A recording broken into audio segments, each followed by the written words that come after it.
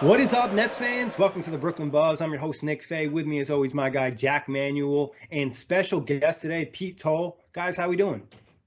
Oh, doing great. Thank you guys for having me. Again, as a Sixers fan, it's always good to hop on another team's podcast. So Yeah, I like the Sixers for a lot of reasons, but I like Pete more than I like the team as a whole. Let's put it that way. I would agree with I'll that. take it. Yeah, I like Pete more than I like the Sixers, especially after last year's playoff series. But we are talking Nets versus Sixers, not actual games. We're comparing, rosters, coaching, overall organizations, and stuff like that. Before we jump into that, quick reminder: you can find us iTunes, Blog Talk Radio, OTGBasketball.com, Google Play, Dash Radio, and YouTube.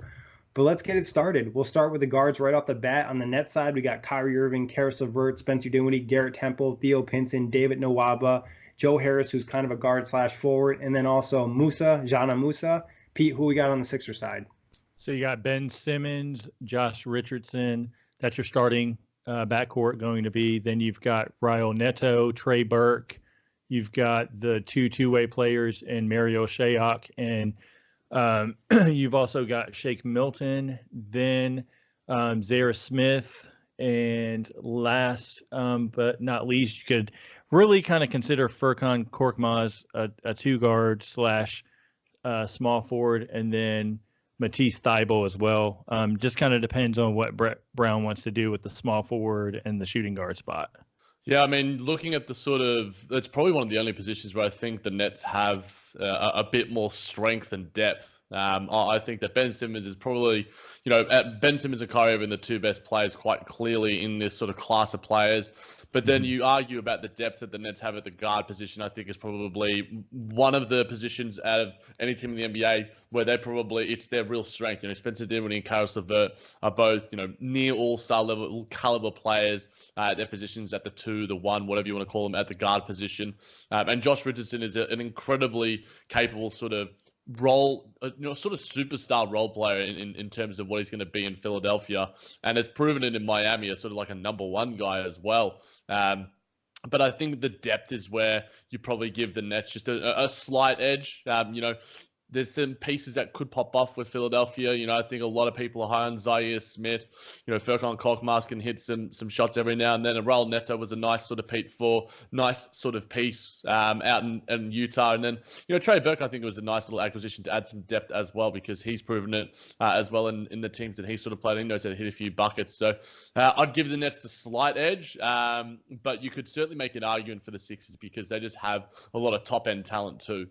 Well, see, with the Sixers, I am a diehard Sixers fan, but I have to be, both optimistic and pessimistic at the same time, just because you're looking at a team that's kind of rebuilt all the way around, except, obviously a couple of the big pieces that they have on their team, but their bench, Josh Richardson coming in.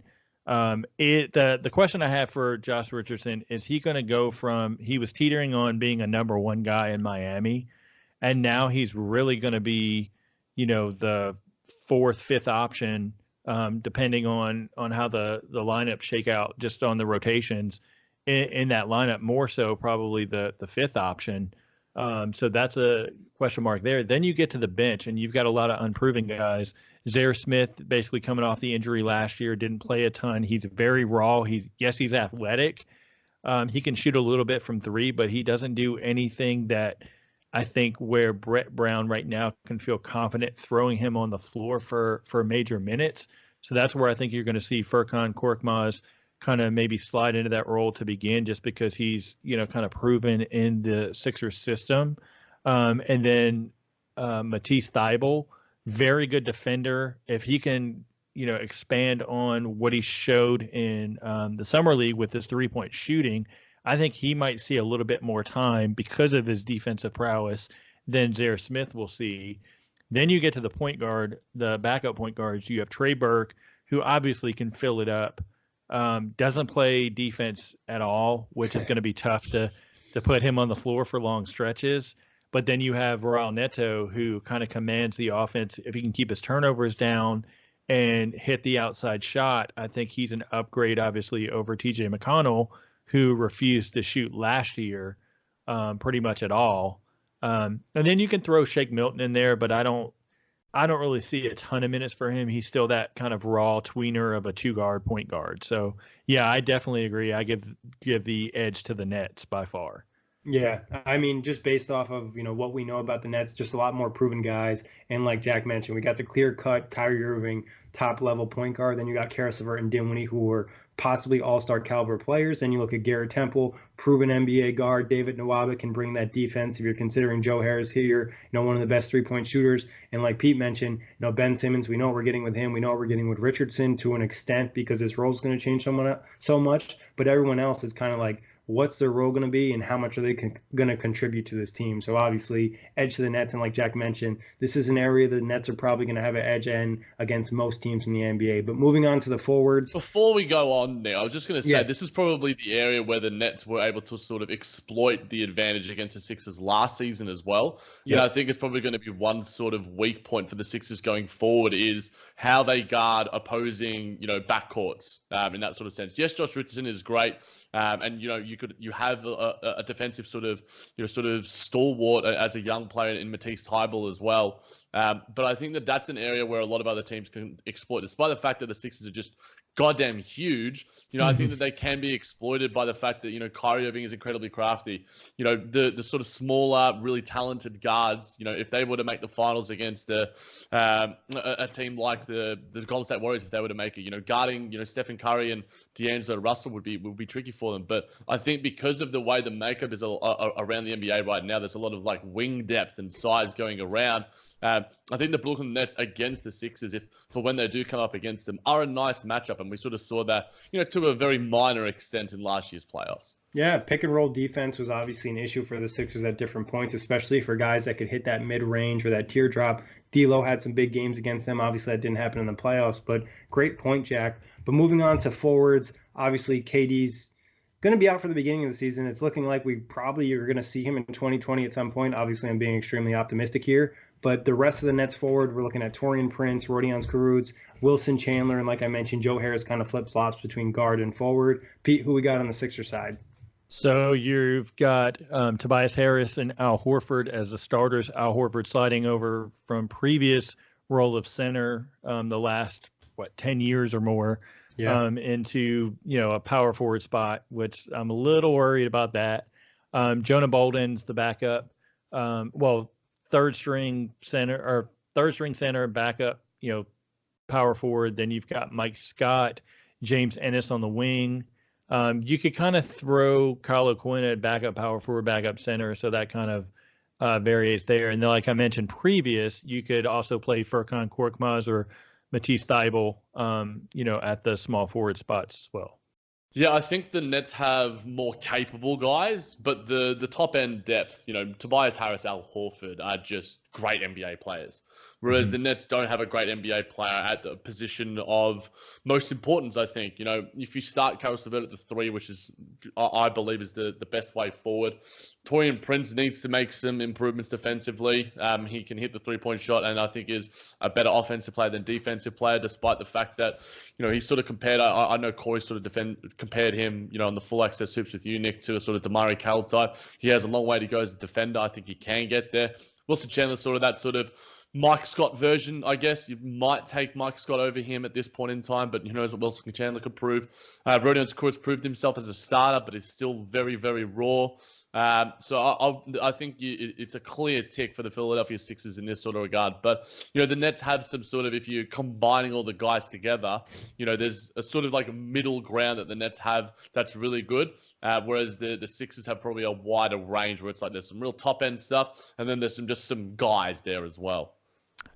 I think for me, if you had KD and he was healthy and you slid KD up to the, small ball 4 and you had Karis LeVert there at small forward, it'd be a clear win, in my opinion, to the Nets. But if we're looking at it for this year, like you said, it's more of a teetering towards advantage for the Sixers just because of everything that Al Horford brings, passing the ball. His vision's incredible. His ability to obviously score in the post, shoot the 3 ball. It's going to help. The question mark, and it's a big question mark for me, they threw all that money at Tobias Harris. He's sliding down from the power forward spot back to the small forward spot where he played previous in his career.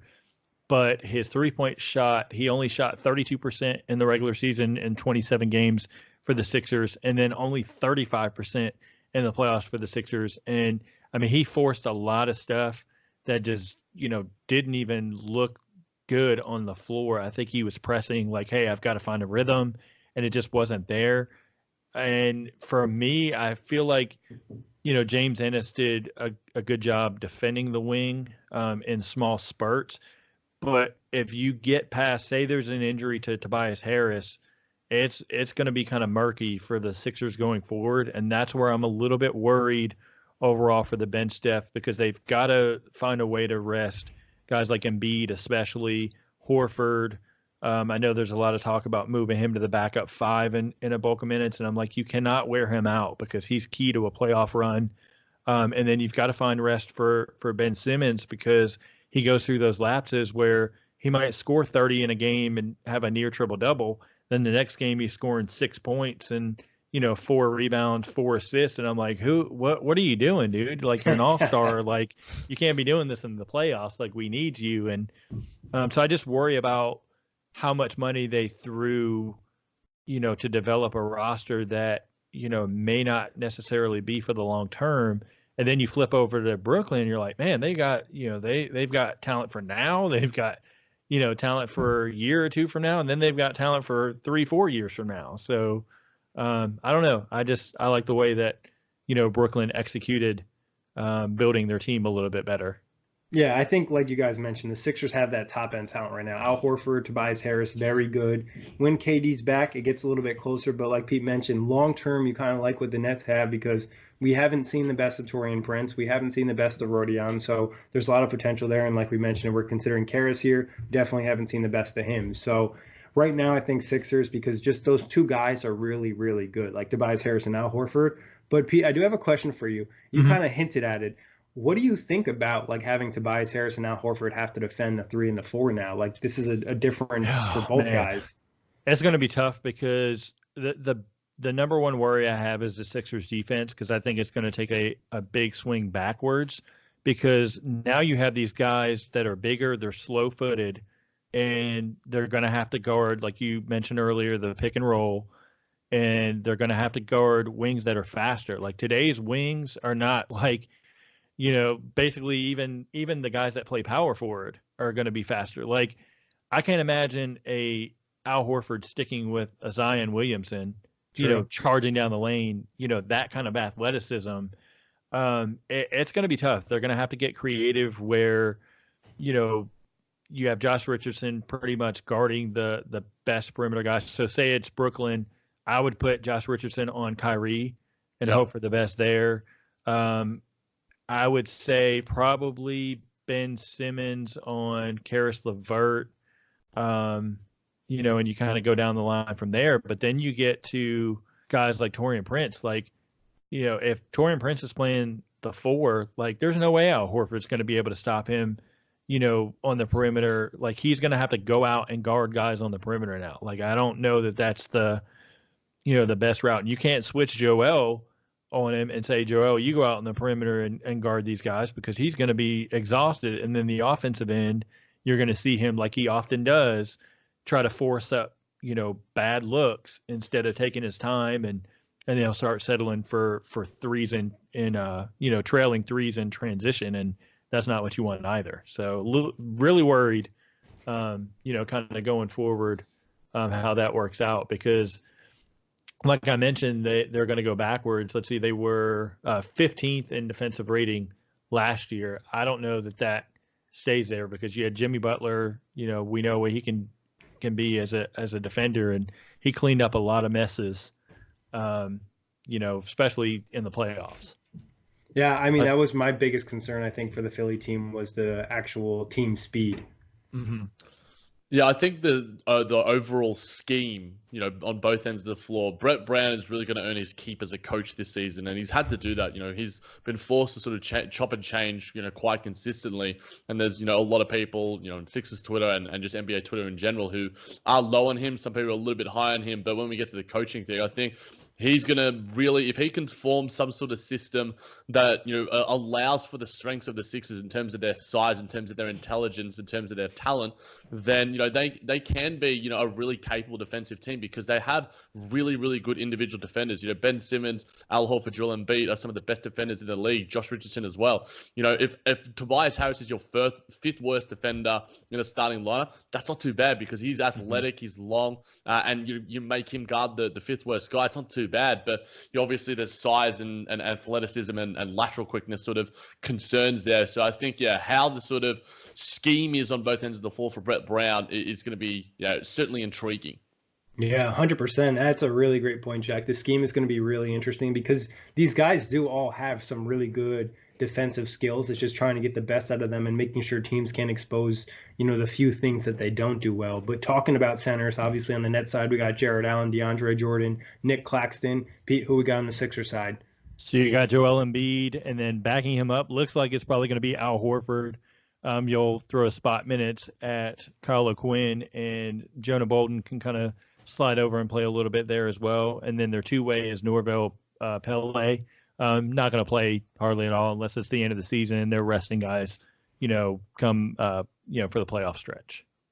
So in this, it's going to point to the Sixers because they have an MVP candidate. They have, a possible, finals MVP candidate from an article written on OTGBasketball.com when it comes to Joel Embiid. But the cumulative, talents of DeAndre Jordan and Jarrett Allen, similar to sort of last season with Ed Davis and the young center, how much does that make up for the lack of sort of stardom at that position? You give the tick to the Nets when it comes to depth and capable minutes, but at the same time, you're going to have 48 capable minutes if you're, staggering the minutes correctly. If you're Brett Brown and the sort of the assistant coaching team, if you're staggering the minutes, we have Al Horford playing the 5 position when Joel Embiid isn't out there, then they might have the best defensive center rotation, easily in the NBA. That it'll be the fear of many, and you're not going to want to get inside against those two guys. So it's a definite clear tick for Philly in this one. But, the Nets are okay in that regard. And, I don't think there are many teams in the league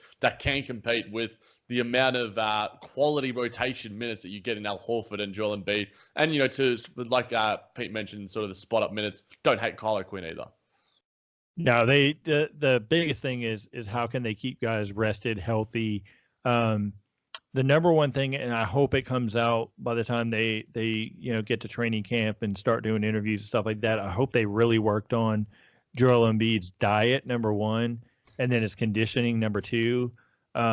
I know it was out there that, he ordered tons of Chick-fil-A, at one time in the milkshakes, but he didn't drink them all and stuff. But I'm like, dude, you look like you downed a couple milkshakes, out of that bunch that you got. And Landry Shamet kind of threw him under the bus after he went to the Clippers. I thought it was kind of funny, but I don't know. I think the experience of Al Horford is going to play the biggest role because when you look at it, he's going to be able to mentor Joel, like, hey, calm down, take your time, execute your offense, don't settle out for, 3-point shots.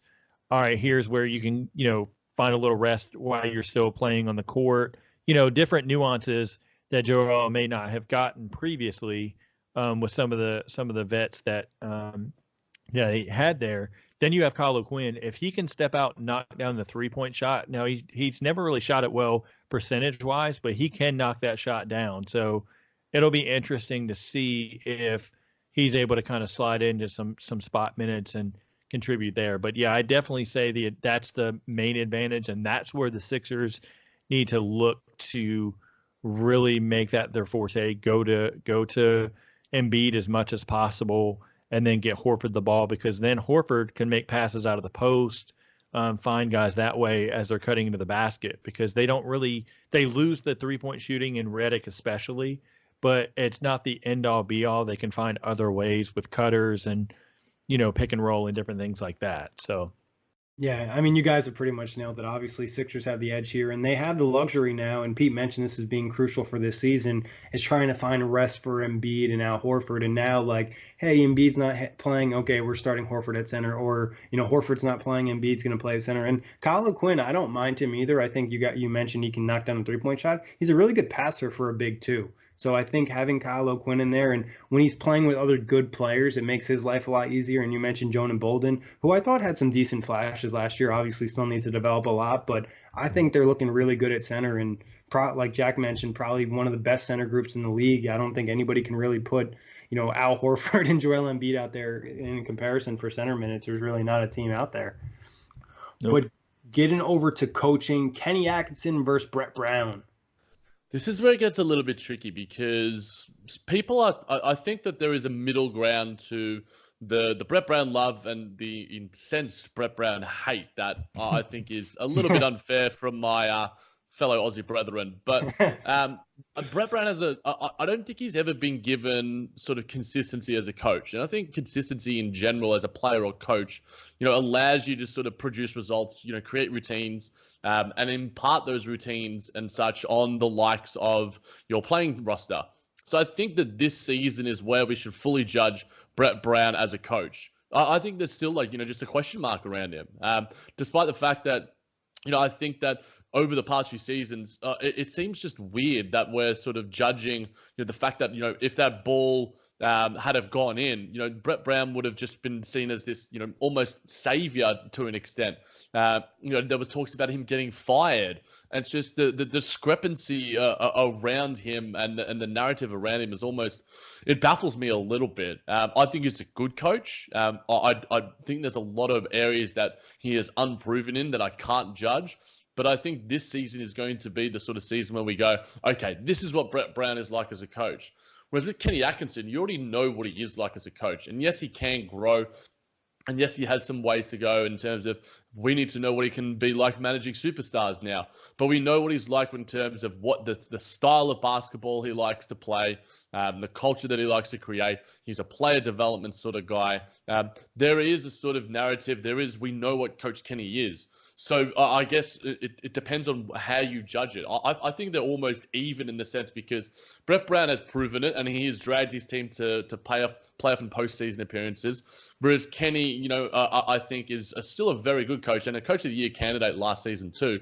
I find it hard to sort of separate these two because there's so many discernible factors when you're sort of judging them against each other.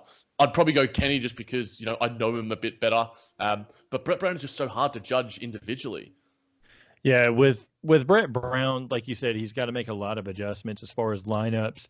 I think he does a great job of trying to build personal relationships with his players, but I think that when times get tough, he kind of reverts back to let's just go to Joel and let's just go to Ben Simmons. He's not like ultra creative with his offense. And part of that was you had Jimmy Butler in there last year and he kind of took over the point guard role at times and really kind of bailed them out because I think that if, like you said, Jack, if the ball had not fallen in for Kawhi Leonard, we would be having a whole different discussion because I believe that the Sixers, could have made it to the finals personally, but it didn't work out that way. Now a lot more pressure is going to be on Brett Brown than there was before because now he has no excuse. You've paid all this money to Al Horford. You bring him in as basically as your four. You move off of Jimmy Butler and JJ Redick. You bring in Josh Richardson and bring back Tobias Harris. Tons of pressure is going to be on them to win the Eastern Conference this year. And I would not be shocked if they lose early. I don't think it's going to happen, but if they lose early in playoffs, I wouldn't be shocked if they go in a different direction just because Brett Brown's been there for so long and they'd look for a different voice to re-energize the offense, so to speak, because that's going to be the big question mark. What is going to be different this year with the guys coming in? Are you still going to let Joel Embiid shoot those trailing threes? Are you going to let Ben Simmons kind of go invisible with no jump shot to speak of? Like all of those things kind of factor in. Then you flip over to Kenny Atkinson and you look at the job that he did with that, team basically starting 6-6, I believe it was, to, start the season. And then they went on the 20-6 run in December. Come on. Like nobody expected Brooklyn to do as well as that. Well, maybe you guys did, but No, I mean we were Yeah. we were down when Karis LeVert went down. I mean the season was not looking promising, and then they had the long losing streak. And I mean credit to Kenny, like Yeah, I mean, you develop D'Angelo Russell into an all-star. I don't think many people saw it this quickly for him. And then Karis LeVert, I mean, just phenomenal player. Then you get great play out of Spencer Dinwiddie. Just the development of Rodion Kurix, you know, all the way around. I mean, I like Kenny Atkinson a lot because living in Atlanta, going to Hawks games. I mean, I got to see him a bunch, just working out with players, you know, before the game, and just the way that he, you know, was real meticulous on different things. And you know, he is a more outspoken, authoritative kind of voice, I think, than Brett Brown kind of can be, because I think although Brett Brown can be louder, I don't know that he's stepping in and telling, you know, Joel and Ben Simmons and Jimmy Butler at the time a lot of different things. He kind of let them do their own thing. And I think that's where Brett Brown fell short. Like, he really has to command that locker room. But I think the edge to the locker room might go to Kenny, because he has, you know, shown the results on the court, and then his voice in the locker room is being authoritative, but also being able to develop guys in key moments of the season. And I don't know, for me, it's hard for me to pick against Brett Brown just because I'm a Sixers fan, and I believe he's a very good coach. I don't think he's a great coach, but I think he's a very good coach. So right now I'm going to go with Brett Brown, you know, slight edge. Yeah, I think like when Jack brought it up, it's really interesting because these guys have had such different roles and the type of expectations. And I think Brett Brown's career has been really interesting, from going from the tanking teams to now having teams that have real expectations. And it seemed like it all happened so fast too. I think the one thing I probably like about Kenny, I like his system and his scheme. It's just more modern NBA. And like you kind of mentioned with Brett Brown, like sometimes his scheme can get a little bit basic, or he just goes back to what kind of works. And I think that kind of hurts them. And just like one thing that really popped in my mind when you talked about Kenny being a little bit more authoritative was like, would Brett Brown bench D'Angelo Russell in the fourth quarter if he did something he didn't like, and then hypothetically with the Sixers like bench, you know, Joel Embiid or Ben Simmons? I think you're more likely to see that from Kenny. So I like Kenny as a slight nod right now, but I think Brett Brown is a good coach, and it gets a lot of hate. And I remember, like your guys were talking about last year, there was talk in the Nets series that went to 7 that they'd consider letting him go, you know, in the next round if they lost. But obviously going 7 with the NBA champions, you know, you're not really going to fire a guy. But I think Kenny has a slight edge, but I don't think this is a big differential between these two coaches. I think we'll have a lot better idea about these guys after this upcoming season, because now there's no excuse for Brett Brown not to come up with a scheme to make all these guys work, because they're not added during the season, they're added in the off season. He has a couple months to do that. Now Kenny, we get a better idea of how he can manage big personalities, because he's never had a guy like Kyrie Irving or Kevin Durant on his team. Great point. Now, what are you guys thinking in terms of chemistry? I was kind of talking to Jack off air before we started. This is an interesting thing because, I mean, the Sixers probably had less turnover, but both teams have a lot of new faces. Yeah, they certainly do. I think that it depends on how you project the chemistry to go for either of these teams. You know, it could be an absolute, you know, shit show in Brooklyn if Kyrie continues what, you know, he is, the sort of cancer that, you know, a lot of people sort of portray him as. You know, that's the sort of flaw, and it's just the worst case scenario. And there's a worst case scenario in Philadelphia as well. You know, Ben and Joel. You know, I think, you know, there's tension. There could be tension there. You know, Ben doesn't improve, or he realizes that, you know, he's not going to realize the fullest of his potential. He wants his own team, or who knows what could happen there. But I think the presence of Al Horford in Philadelphia, I think, is almost like I said this to Nick off air, a semi sort of replacement for what JJ Redick was, as a sort of veteran presence, and a guy who is just a sort of calming influence, you know, a low ego guy who can still produce at a ridiculously high level as a basketball player. And I think, you know, is going to be a mentor in a lot of ways to a lot of these different guys, knows how to communicate, is really, you know, goes under the radar almost to a T. So I think that if you're given the chemistry, if you're comparing them, I'd probably give it to Philly, because like you mentioned, Nick, there's consistency going forward. And, you know, I think the chemistry is going to be built off. It's built off your star players. You know, the city loves Joel. The city loves Ben. despite the fact that they can boo the Aussie brethren a little bit. So if that continues, there could be some chemistry issues just with surrounding the fact that Ben Simmons could be getting jealous of Joel Embiid, like I sort of mentioned a little bit earlier. But I think the chemistry within the Brooklyn Nets, because Kyrie and DeAndre have that sort of buddy-buddy relationship, and Karis LeVert and Kyrie are hanging out at WNBA games.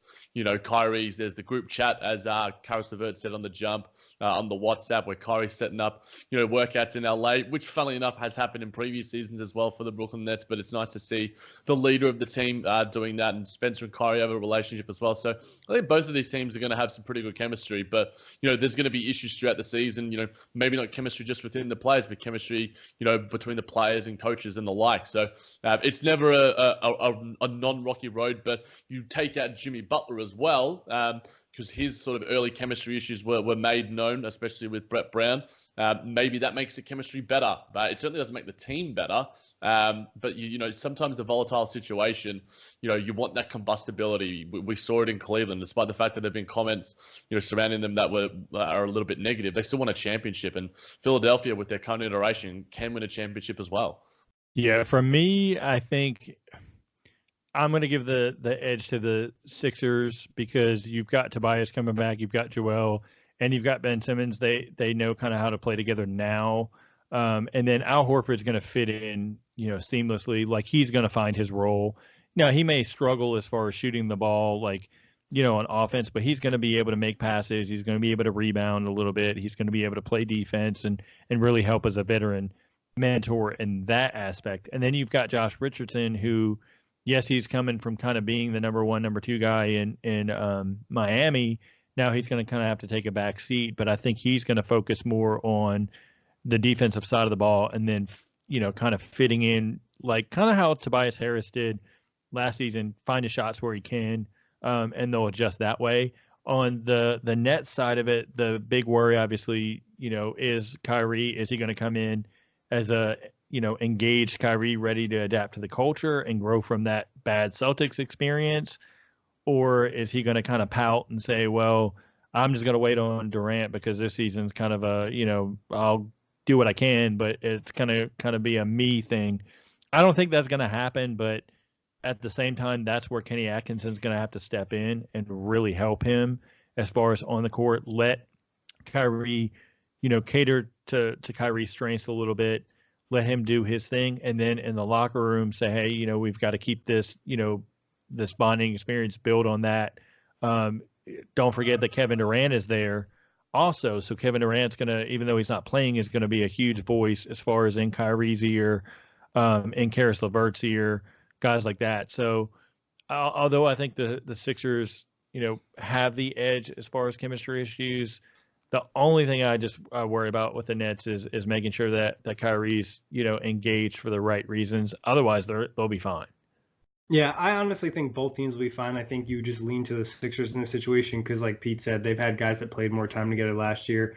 I think if Kyrie buys in the culture, and it seems like Jack mentioned, already hanging out with guys in LA and developing a relationship with Karis and Spencer. And then you got, I think, like a one really nice thing for the Nets that people aren't talking about is like having DeAndre there. As much as like he's not the same NBA player he was, he's still a really good guy to have in the locker room. And he seems like a really likable guy by a lot of NBA players. So I think the Sixers have the edge, but I'm not really nervous about the Nets' chemistry. I think it's a lot of the Kyrie stuff from Boston has been overblown, as we've seen from other reports from like Jackie McMullen, and then also Marcus Smart coming out and saying he's a great teammate. So I think chemistry is pretty close, but the Sixers have the edge here because they're just bringing back more guys. Now, offensively, which team has the edge? Offensively, I still think it's probably the Philadelphia 76ers because they have Tobias Harris, they have Joel Embiid, they have Al Horford, who's a pretty good offensive player. Ben Simmons, despite the fact that, he has one glaring weakness in his game, has so many other strengths in his game as an offensive player, it's almost unheard of. Whereas I think the Nets have Kyrie Irving, who is probably, if you're talking pure offense, probably maybe the best offensive player out of each of the teams. But, I think outside of that, you're looking at Spencer Dinwiddie, Karis LeVert, these sort of guys. If you have Kevin Durant in this mix, I think that would be probably having a bit more of a conversation. But it's the Sixers.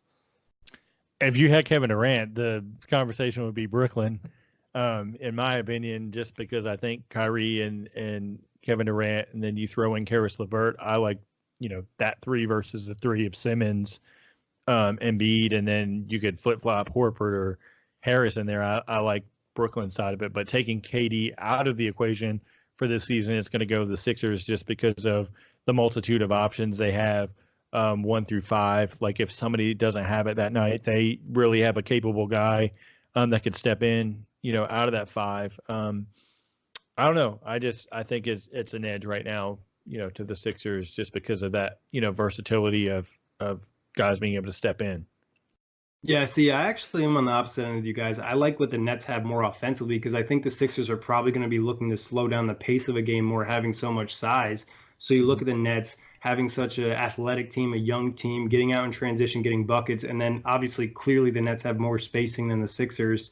And playmaking wise, they have Al Horford in the forward section, but you have 3 really good playmakers in Kyrie, Spencer, and Karras, and other guys that can kind of develop in that area. So I think offensively, I think the Nets are going to be a good offensive team. On the defensive end is where I'm more concerned. I think there's just also a lot of versatility for Kenny Atkinson with the lineups he can put out that he just didn't have the option last year. He didn't necessarily have capable players to play at every position all the time, especially when he wanted to put somebody at the 4. So I think offensively, the Nets spacing just makes their offense run smoother, where I think the Sixers can have issues offensively because at times they're just going to be so congested because the lack of 3-point shooting. I think, between Al Horford or Richardson, somebody's going to have to shoot a good percentage from 3 because we know Tobias Harris will probably get better from 3. Last year, I think it was just like Pete mentioned, he was just trying to force shots. Joel Embiid, you hope he's not really shooting a ton of 3s. Ben Simmons obviously shooting in the summer, but I don't think he's going to start shooting 3s next year. Maybe we'll see a mid-range jumper. I just worry about the spacing on the Sixers offense because everything's going to be so congested where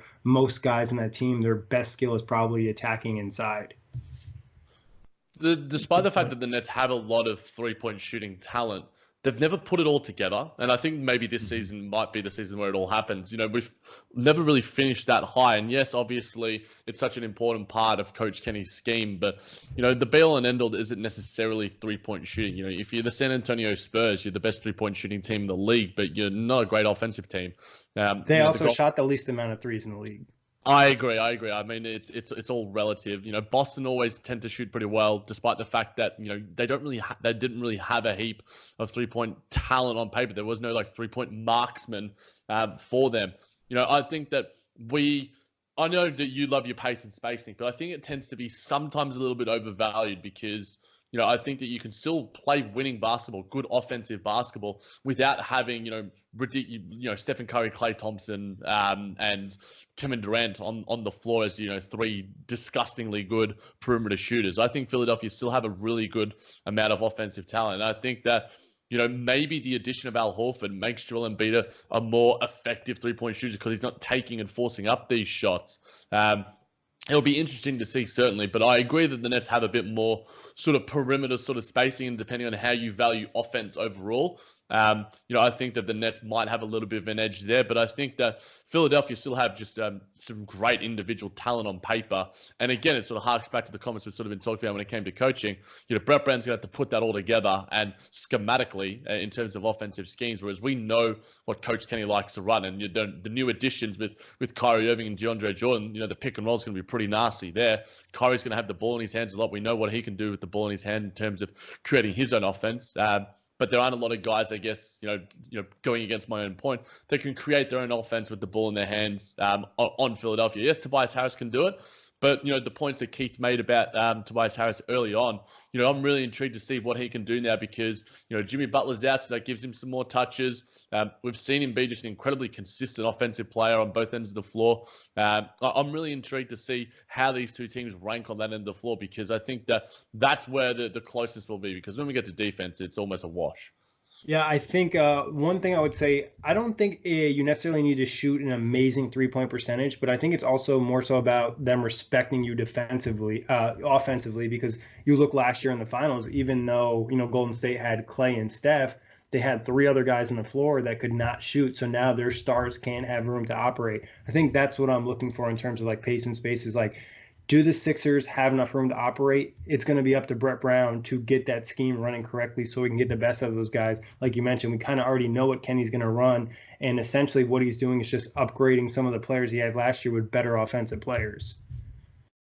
Yeah, in terms of that 3-point shooting, just to finish it off, like if Caris LeVert doesn't take the next step as a 3-point shooter, you could make an argument that as a collective, the starting five of the Philadelphia 76ers, they have four good to average to good players, and above average with Tobias Harris. Despite his numbers weren't great last season, he is still a very good 3-point shooter across his career. Kyrie is great, Joe Harris is great, Karras is unproven, Taurean Prince is great, DeAndre Jordan isn't a spacer at all. Whereas Joel Embiid can space, Al Horford we know can space, Josh Richardson is very good, and the catch and shoot numbers have been made very well known. It's just Ben Simmons who is the anomaly. So Ben Simmons is the DeAndre Jordan, if you will. So it's a fascinating conversation. Yeah, I'm not really buying like Embiid as a good 3-point shooter. I think they somewhat respect him, but if I'm like playing defense, I would hope Embiid shoots it, because Pete would know this probably off the top of his head. I don't think Embiid shot over 35% from three his entire career, right? No, not that I know of. I'll double check it just to be. Oh, actually, well, I mean, he played 31 games, 36.7% in the first year. 2016, yeah, in the first year. But, and then last 2 years, 30%. Yeah, not good. And the thing with Embiid is it's usually the trailing threes where like he just kind of forces it, and then you get that pump fake drive. Like, so he's not really looking to fire it up a ton, like kind of on his own. Flipping over to Brooklyn, the only thing I worry is if with Kyrie in the offense is over dribbling, is he going to be able to find guys like Joe Harris on the perimeter for open looks? That's going to be key. And then what does Kyrie, and obviously he's a phenomenal ball handler. To me, he's probably the best ball handler in the league. What does that do to Caris LeVert as far as who really needs the ball in his hands, to be successful? How does that, number one, how does that hinder him? And number two, does that help him expand his game off the ball and being able to kind of create from there and then improve that 3-point shooting? That would be my question marks. But I think overall, Kenny Atkins is going to be able to figure it out quicker with the Nets than Brett Brown will be with the Sixers if Ben Simmons still does not take a jump shot, because that's going to be what kills the entire offense, because then that means you're going to have to move either Horford or Embiid more towards the perimeter, and that's not what you want for a majority of the game. Then you're relying on Tobias Harris to shoot over 35-36% from three, and then Josh Harris, that's a lot of pressure or Josh Richardson, that's a lot of pressure to put on him to really become a marksman. So I'll be curious to see kind of how it turns out. Yeah, I think both teams offensively, there's some questions. And I do agree. I think Caris LeVert and Kyrie's relationship on the court is going to be a big factor in kind of what happens with the Nets offense. Maybe Kyrie plays a little bit more off ball than expected. Maybe Caris improves a lot on that. But moving to defense, what do we got? Sixers. It's not really even a conversation. Yeah, it's not even close. No, I think you can talk about sort of, guard sort of, defensive sort of talent, but Ben Simmons, he proved that, he guarded D'Angelo Russell out of the series, and then backed it up, against Toronto with some really nice defensive plays on Kawhi Leonard. He was one of the better defenders on, the best player in today's game, throughout their series. So I think that the Sixers have will be, if they're not a top 5 defensive team, it'll be a disappointment. Whereas the Nets, probably peak at top 12. I don't know that the Sixers, they may get to top 5. I was thinking more somewhere in the top 10 area, right, just because I don't know, like we talked about earlier, how being more slow-footed as far as guarding like today's stretch fours and just the athleticism and things like that. I think they'll struggle with some of that. So I'm curious to see kind of how that turns out. But I do agree that obviously the Sixers have the edge because obviously you're looking at Kyrie Irving at the point guard spot. That's a kind of a big if for him to defend at even at a average to above average level, just because he focuses a lot on offense. But I think that a collective effort, from DeAndre Jordan and Jared Allen can help, at the basket as far as defending it. You're going to have to look at Taurean Prince maybe to improve as a defender there. Whereas the Sixers do have guys that can switch. Like Richardson and Harris. Outside of that, I mean, you could look at Ben Simmons as being a decent defender, but to me, he's going to have to prove it night in and night out. And there's just so much more pressure this year on the Sixers than there's ever been. So we'll see what happens. But yeah, obviously you guys nailed it with the Sixers having the better defense. I mean, they have the best perimeter defender out of the bunch, and they also have the best, team deep. They probably have the two best team defenders in Joel Embiid and Al Horford. Having both those guys on a squad, and then there's plenty of other defensive talent on the roster, so not really much to talk about there. Probably not much to talk about on the next topic either. Who's going to have a better season? Philly. Yeah, Philly. I mean, I have them slotted anywhere between 51 and 55 games winning, and then the Nets anywhere. I mean, it just depends on how fast they can gel. Anywhere from 45 to 49, somewhere in that range. I mean, pretty much Philly's just obviously everybody expects them to be better, and they're going to be right there battling with Milwaukee for the top spot. Pretty much spot on again, guys. I mean, obviously the Sixers have higher expectations. They have a fully healthy roster as of right now. If Kevin Durant was healthy, we probably could have a better conversation about that, but we'll save that for next year. Who wins in a 7-game series? Obviously, it's going to probably be similar to the last answer. Yeah, it obviously depends on, like, if we had these teams right now, would the series go longer than 5 games? I think you can make an argument for possibly, because, I think Kyrie Irving, if he gets back to a semblance of his former self as a postseason performer, could steal a game or two. And, if Karis LeVert obviously proved himself as being, our best player performer in last season, and was probably the best player against the Philadelphia 76ers from the Brooklyn Nets side of things. So, I think the Nets, if they could maybe steal 2 games, but it's quite clearly and abundantly, the Sixers.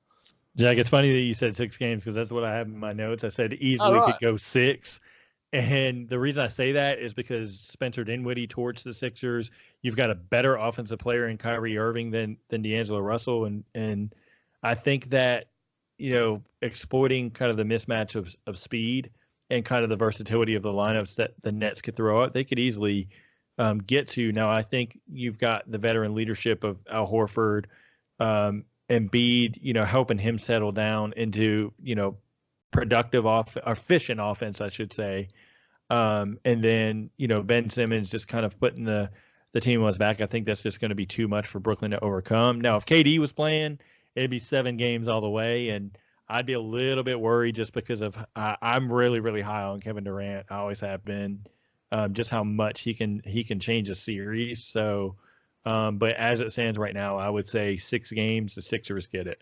Yeah, Sixers and 6. I think that makes the most sense, because you look at last year's series, obviously the Phillies a little bit better than, probably more than a little bit better than last year. And then you look at the Nets, who definitely got better. And they were pretty close to pushing at 6 last year. A couple bounces, maybe a couple foul calls either way. And you're looking at 6 games. So I like that. And then if KD's healthy, I mean, it would be an excellent series. It would be, and it would be a real mismatch of players across the board. You know what I mean? Like, there's just guys that are good at one thing, other guys that are good at one thing, right. And then you talk about the speed and then the style of play. It'd be a really fun series to see who came out. And I think if KD was healthy and we saw these 2 teams in a 7-game series, that's where coaching would probably be the X factor. But top 5 players between both teams.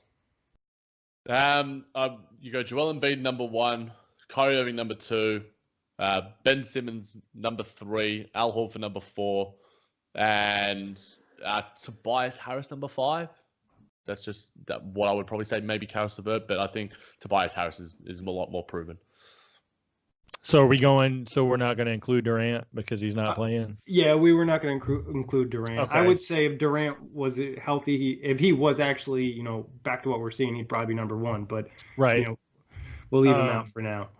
All right, so I'm going to do it this way. I'm going to do it with Durant and then without Durant. Then, so if Durant was healthy, it'd be Durant, Embiid, Irving, Simmons, then LeVert. So if you take that out, then it'd be Embiid, Irving, Simmons, LeVert, and then I'm going to go with, my gut says to go with Al Horford. I'm going to say to put in there just because I believe in him a little bit more than Tobias Harris right now.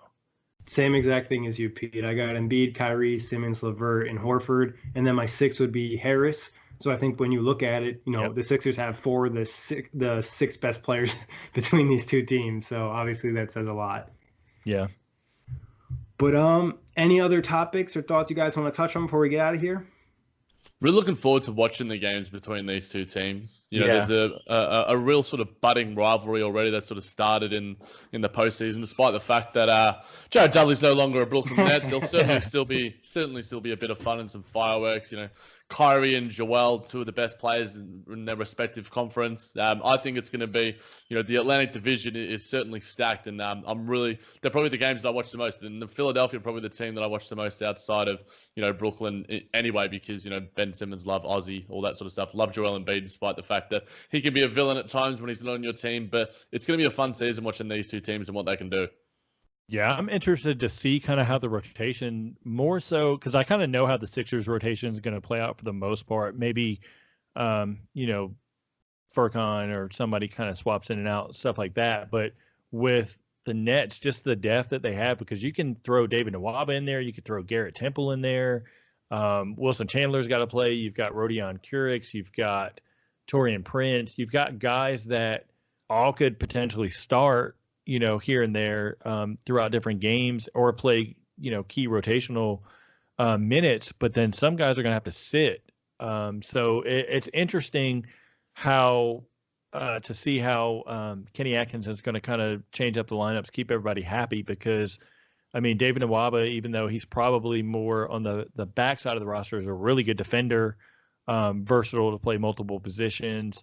Garrett Temple, same thing. Wilson Chandler, if he can stay healthy, stretch forward and, can play small forward. Taurean Prince, same thing, probably starts at the 4, but then, could play the small forward as well.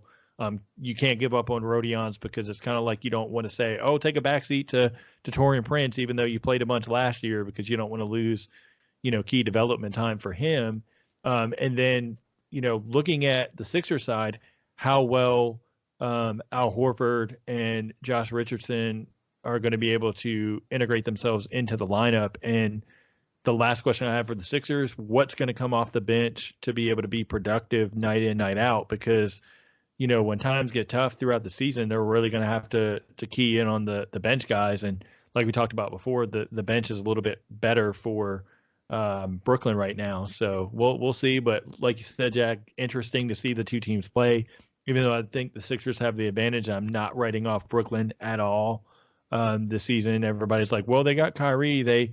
I don't know that they may take a step back and be selfish Kyrie. And I'm like, I don't see it. I see upgrades kind of all around the roster. So if anything, they're going to trend up from 6. They may not make it to, the 1, 2, maybe even 3 spot, but I could easily see 4 or 5, being pretty much probably 4 being a realistic landing spot for them.